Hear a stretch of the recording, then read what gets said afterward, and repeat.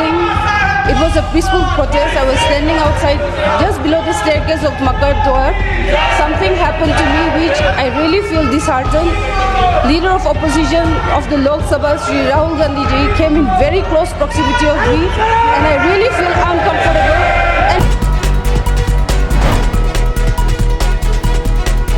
दोस्तों नमस्कार, मैं संजय मग्गू और मौजूद है देश रोजाना के डिजिटल मीडिया मंच पर। यह समय अभिमत का।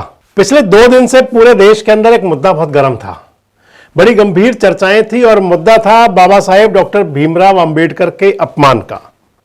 कांग्रेस और विपक्षी दल तमाम इंडिया गठबंधन के सहयोगी और अन्य पार्टियां आरोप लगा रही थी कि देश के गृह मंत्री अमित शाह ने बाबा साहब का अपमान किया है। दरअसल अपमान की बात यूं आ गई कि राज्यसभा के अंदर संविधान पर जो चर्चा थी उस बहस का जवाब देते हुए देश के गृह मंत्री अमित शाह ने एक बात बोली, एक शब्द बोला, और वो ये बोला कि एक फैशन बन गया है अंबेडकर अंबेडकर अंबेडकर। आप सुनिए क्या कहा था। मान्यवर, अभी एक फैशन हो गया है, अंबेडकर अंबेडकर अंबेडकर अंबेडकर अंबेडकर अंबेडकर। इतना नाम अगर भगवान का लेते तो 7 जन्मों तक स्वर्ग मिल जाता। अच्छी बात है ना। सुनिए तो, सुनिए ना, आप सुनिए ना, मैं बताता हूं। हमें तो आनंद है कि अंबेडकर का नाम लेते हैं। अंबेडकर का नाम अभी 100 बार ज्यादा लो, परंतु साच अर्थ में अंबेडकर जी के प्रति आपका भाव क्या है ये मैं बताता हूं। मान्यवर, अंबेडकर जी को देश की पहली कैबिनेट से इस्तीफा क्यों दे दिया? अंबेडकर जी ने कई बार कहा कि अनुसूचित जातियों और जनजातियों से हुए व्यवहार से मैं असंतुष्ट हूं, सरकार की विदेश नीति से मैं असहमत हूं और आर्टिकल 370 से मैं असहमत हूं। इसलिए वो छोड़ना चाहते थे। उनको आश्वासन दिया गया, आश्वासन पूरा नहीं हुआ। उन्होंने इग्नोरेंस के चलते इस्तीफा दे दिया। और एक श्री BC रॉय ने पत्र लिखा कि अंबेडकर और राजा जी जैसे 2 महानुभाव मंत्रिमंडल छोड़ेंगे तो क्या होगा। तो नेहरू जी ने उनको जवाब में लिखा है, दादाजी के जाने से तो थोड़ा बहुत नुकसान होगा, अंबेडकर के जाने से मंत्रिमंडल कमजोर नहीं होता है। मान्यवर, ये विचार जो खड़गे जी कह रहे हैं ना, क्या आपत्ति है? जिसका विरोध करते हो उसका वोट के लिए नाम देना है, कितना उचित है? क्योंकि अब अंबेडकर जी को मानने वाले पर्याप्त संख्या में आ गए हैं, इसलिए आप अंबेडकर अंबेडकर कर रहे हो। मान्यवर, मुंबई के मेयर ने एक पत्र लिखा था कि मऊ में अंबेडकर जी का स्मारक बनाना चाहिए।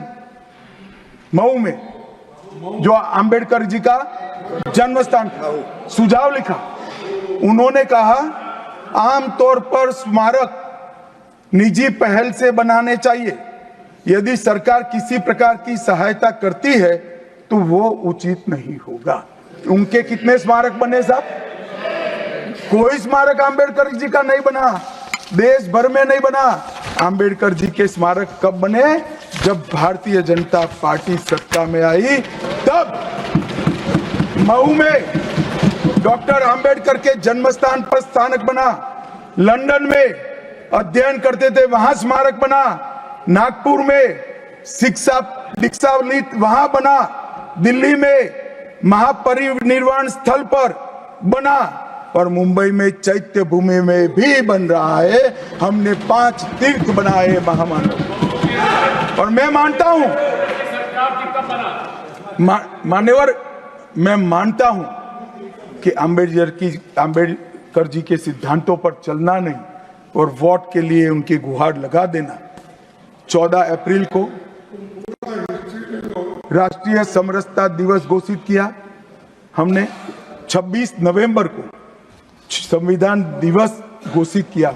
उस वक्त भी इसका विरोध कांग्रेस के वरिष्ठ नेताओं ने किया। तो अमित शाह जी ने कहा था कि अंबेडकर एक फैशन बन गया है और तमाम जो लोग हैं, हालांकि बाद का जो उनका बयान है, अगर पूरा बयान सुने तो वो नेहरू, अंबेडकर और इसके साथ साथ पुरानी कई घटनाओं को संजोता हुआ एक बयान था। लेकिन क्योंकि उसके अंदर महत्वपूर्ण बात एक थी और वो एक मुद्दा लग गया था विपक्ष के हाथ में, और चाहे राजनीति के अंदर बात हमेशा मुद्दों की हुआ करती है, मुद्दे बनाए जाते हैं, मुद्दे गढ़े जाते हैं, मुद्दे चुने जाते हैं और फिर एक नैरेटिव सेट किया जाता है।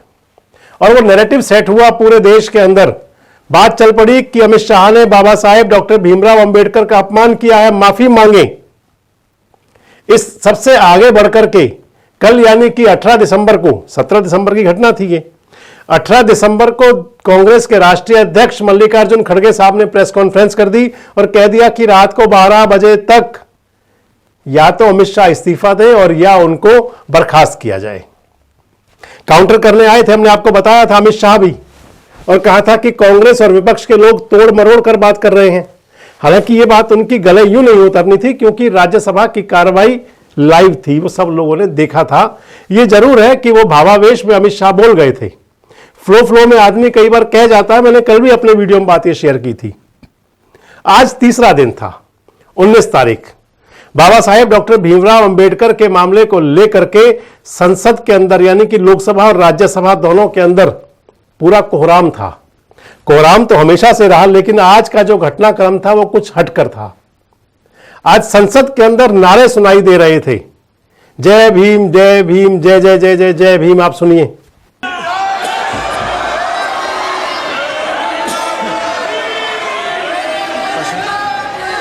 प्रश्नकाल 321 321। माननीय सदस्य प्रश्नकाल में सहयोग करें। आप कुछ बोलना चाहते हैं? धन्यवाद अध्यक्ष जी। मैं ये कहना चाहता हूं कि कांग्रेस पार्टी ने हमेशा बाबा साहब का अपमान किया है। जब बाबा साहब जिंदा थे तो उनका तिरस्कार किया है। इन्होंने तो कांग्रेस पार्टी ने तो अपने ऑफिस में बाबा साहब का फोटो लगाने के लिए भी मना कर दिया था।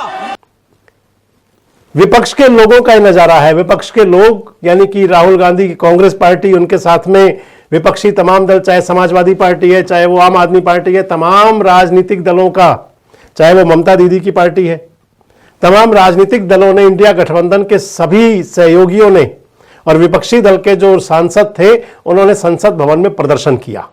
काउंटर प्रदर्शन उनके सामने भारतीय जनता पार्टी का भी हुआ और यहीं से बदल गया वो सारा मुद्दा जो बाबा साहेब के अपमान का था। हालांकि चर्चा बाबा साहेब के अपमान की रहेगी, बात होगी। बेहतर होता कि आज उस पर सदन में चर्चा होती, चाहे वो विपक्ष की बात थी और चाहे पक्ष की बात थी। बेहतर होता कि वो संसद के अंदर इस पर बैठ करके बात की जाती, लोकसभा के अंदर चर्चा होती, राज्यसभा में चर्चा होती, और अगर कहीं किसी से कोई बात गलत हो भी गई हो तो फिर माफी होना कोई बहुत बड़ी बात नहीं है।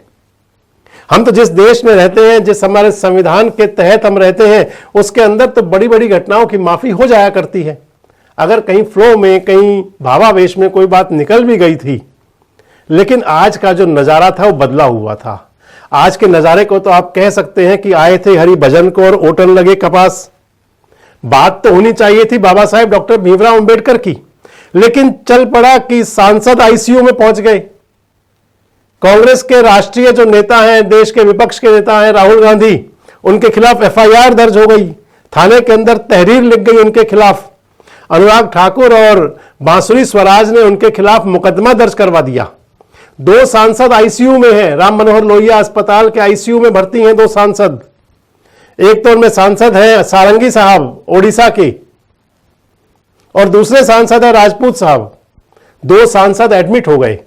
भारतीय जनता पार्टी की महिला सांसद ने तो राहुल गांधी पर और बड़ा संगीन आरोप लगा दिया, और बड़ा गंभीर आरोप लगा दिया, और कह दिया कि राहुल गांधी से डर लगता है, अतिरिक्त सुरक्षा की मांग कर रही है। राज्यसभा के सभापति को चिट्ठी भी लिखी गई है।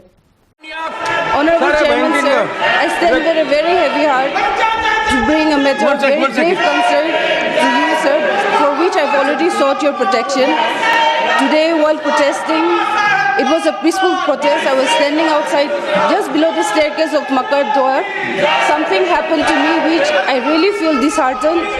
Leader of opposition of the Lok Sabha, Shri Rahul Gandhi ji, came in very close proximity of me, and I really feel uncomfortable. And he started leader of opposition.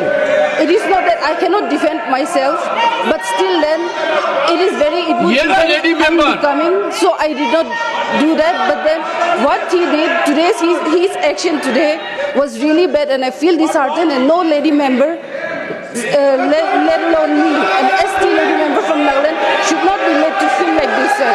So therefore, I seek your protection on this matter, for which I've already served notice to you, sir. जो सारंगी पर मामला था, जो जब संसद के अंदर यानी कि संसद परिसर के अंदर जब सारा हंगामा चल रहा था, इधर कांग्रेस और इधर भारतीय जनता पार्टी के जो गठबंधन की सहयोगी पार्टियां, दोनों बड़ी पार्टियों की थी, जो इंडिया गठबंधन और एनडीए, दोनों पार्टियों के नेता सांसद आमने सामने थे। भारतीय जनता पार्टी के जो सारंगी साहब हैं, उनको जो दिखाया गया व्हील चेयर पर बैठे हुए और उनके माथे पर चोट लगी हुई, रुमाल से ढका हुआ, आप ये नजारा भी देखिए जब राहुल गांधी गए वहां पर।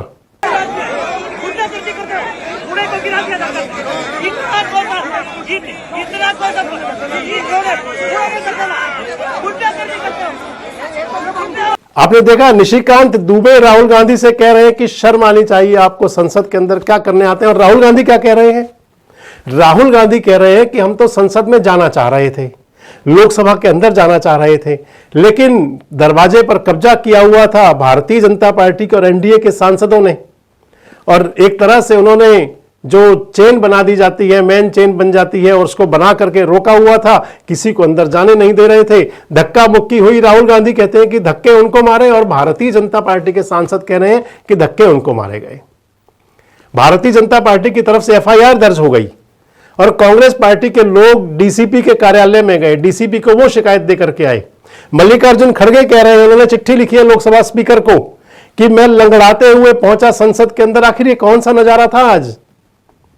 अगर मैं ये कह दूं कि आज 2 सांसद आईसीयू में नहीं गए, आज देश की संसद आईसीयू में चली गई।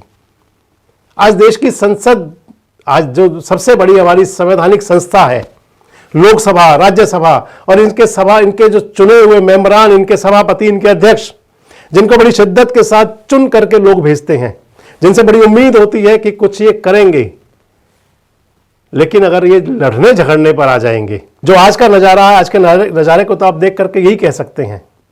अब सबसे महत्वपूर्ण बात यह है कि बाबा साहब डॉक्टर भीमराव अंबेडकर, जिनके कल कांग्रेस अपमान की बात कर रही थी, जिनके लिए आज संसद के परिसर के अंदर नारे लगाए जा रहे थे।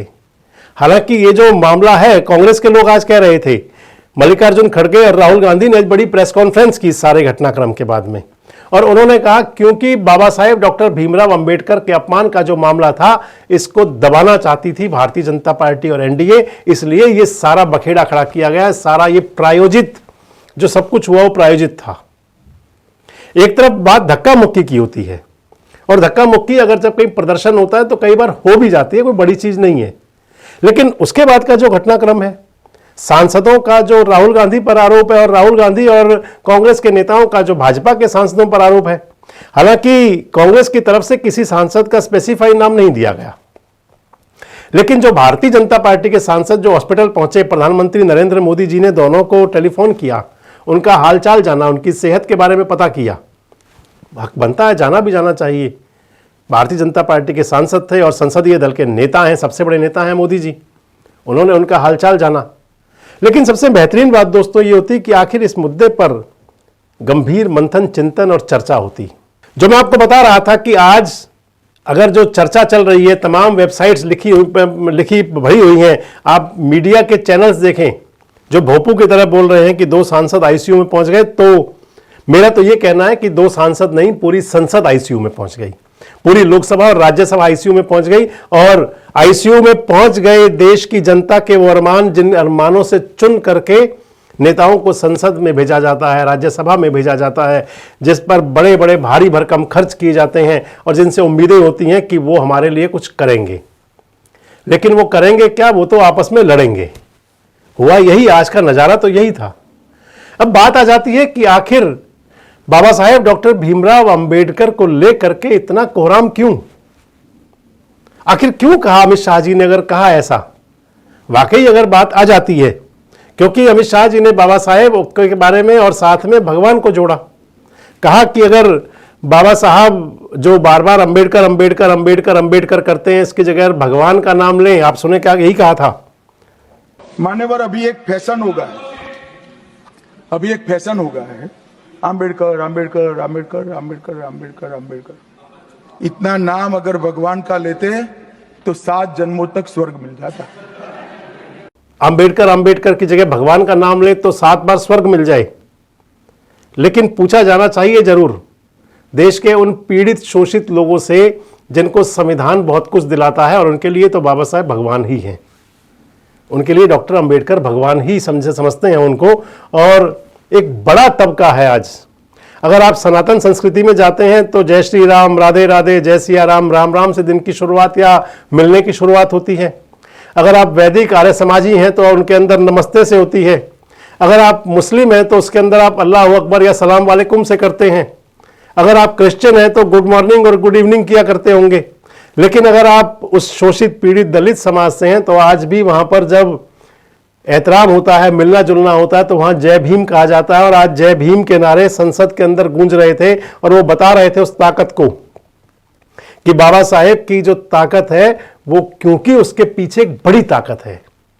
लोकतंत्र के अंदर जब चुनाव की बात आती है, क्योंकि लोकतंत्र में चुनाव और चुनाव के अंदर जनता, ये सब कुछ मिला जुला सा एक फलसफा बनता है और उसी से ताकतें बनती हैं, सत्ताएं आती हैं, सत्ताएं जाती हैं, राजनीति चमकती है, राजनीति बिगड़ती है, वो सब कुछ हुआ करता है।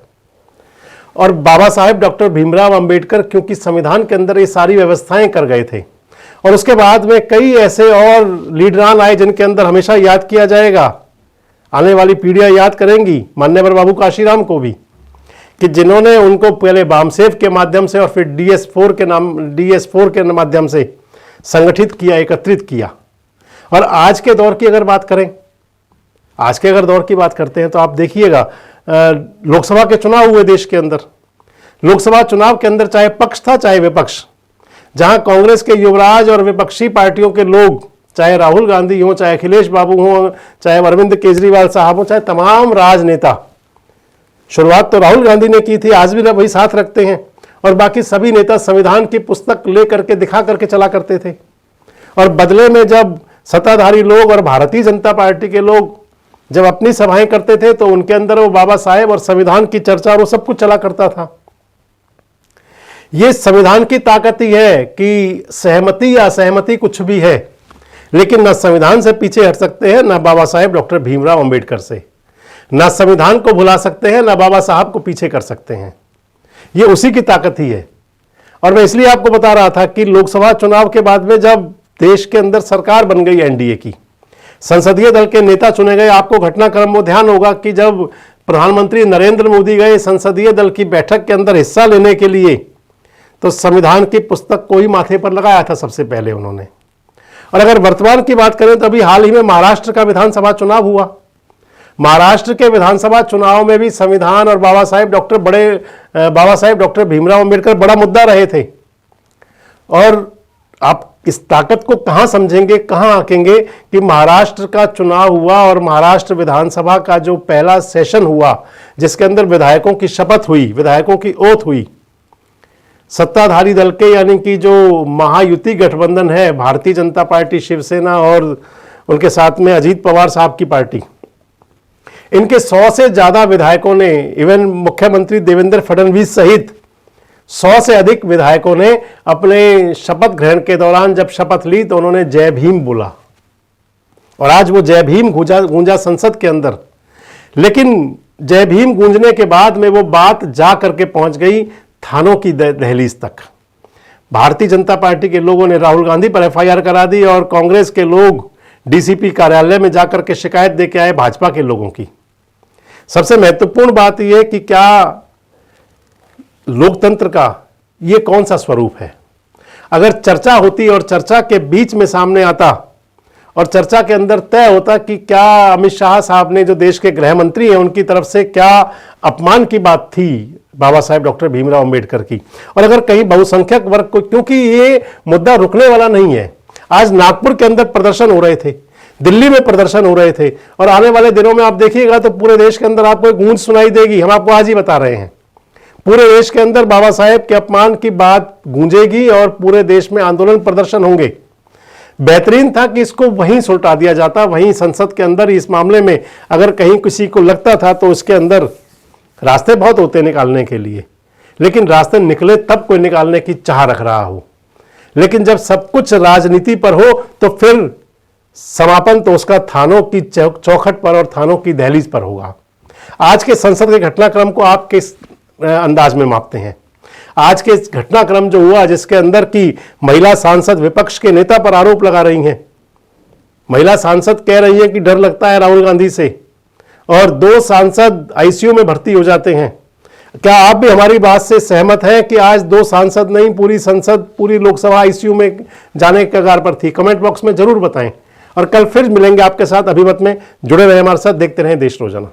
हमारे साथ जुड़े रहने के लिए सब्सक्राइब करें देश रोजाना के YouTube चैनल को और नई वीडियो की नोटिफिकेशन पाने के लिए बेल आइकन जरूर दबाएं। अगर आप ये वीडियो Facebook या Instagram पर देख रहे हैं तो पेज को लाइक और फॉलो जरूर करें और ज्यादा से ज्यादा शेयर करें।